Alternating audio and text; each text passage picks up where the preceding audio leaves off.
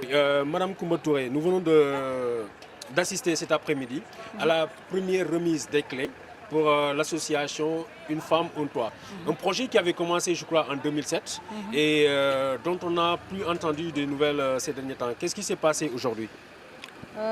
Aujourd'hui, c'est une grande satisfaction que j'ai eue parce que la coopérative Une femme, un toit a démarré depuis 2007. Donc on a signé une convention de partenariat avec l'État en 2009. Depuis 2009, on est dans le projet. Donc il y a eu des hauts, il y a eu des bas, mais on a résisté. Aujourd'hui, c'est une grande satisfaction avec nos membres qui ont reçu leurs clés. Aujourd'hui, combien de clés ont été remises cet après-midi?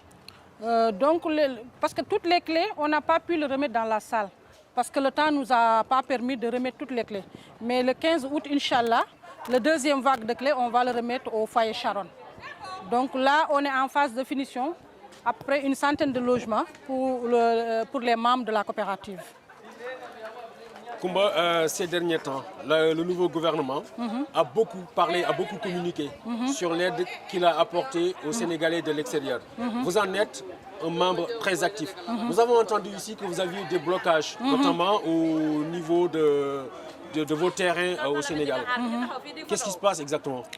Ça veut dire que depuis que le nouveau régime est en place, donc on attend beaucoup d'eux parce que le président Macky Sall a pris le dossier de l'association Une femme, un toit depuis 2007. Donc ce n'est pas un projet que l'État ignore. Donc nous, tout ce qu'on demande au président Macky Sall, c'est de venir nous aider, nous les Sénégalais de la diaspora, qui consacrent tous nos moyens, nos forces pour développer le pays. Je pense que le projet qu'on a, c'est un projet de développement qui emploie des jeunes du pays, qui paye des ouvriers. Donc nous, tout ce qu'on demande à l'État, c'est de nous mettre l'électricité. Le blocage qu'on a, c'est au niveau de l'électricité. Et l'État doit venir nous mettre de l'électricité. Et d'ici la fin de l'année, que le président vienne remettre les clés aux membres de la coopérative. Parce que c'est le président de tous les Sénégalais. Donc je pense que le projet qu'on a, c'est un projet de développement. Il doit nous encadrer et doit nous accompagner. C'est un problème de faisabilité au niveau technique de la Sénélec ou bien est-ce qu'il y a un blocage volontaire? Je veux parler sur le plan politique. Pour l'instant, moi, je ne peux pas dire que c'est politique ou ce n'est pas politique. Eux, de toute façon, ils savent un cité qu'on a mis beaucoup de milliards dedans, les maisons construites, des maisons de qualité. Aujourd'hui, on ne devait même pas parler de l'électricité.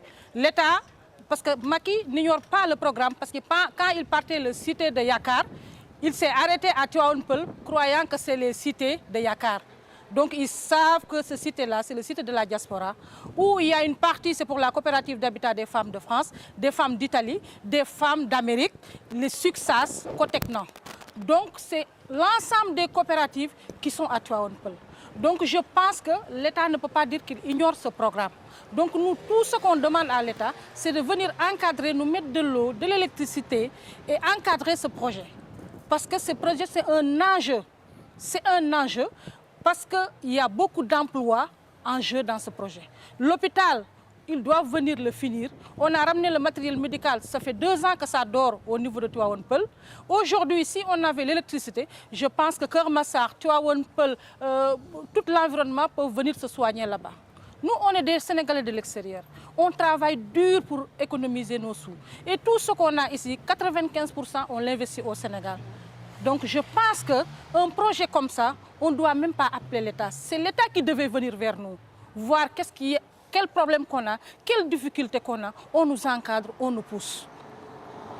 Je pense qu'aujourd'hui, vous étiez témoins, les membres étaient contents. Parce que nous, on ne demande que ça.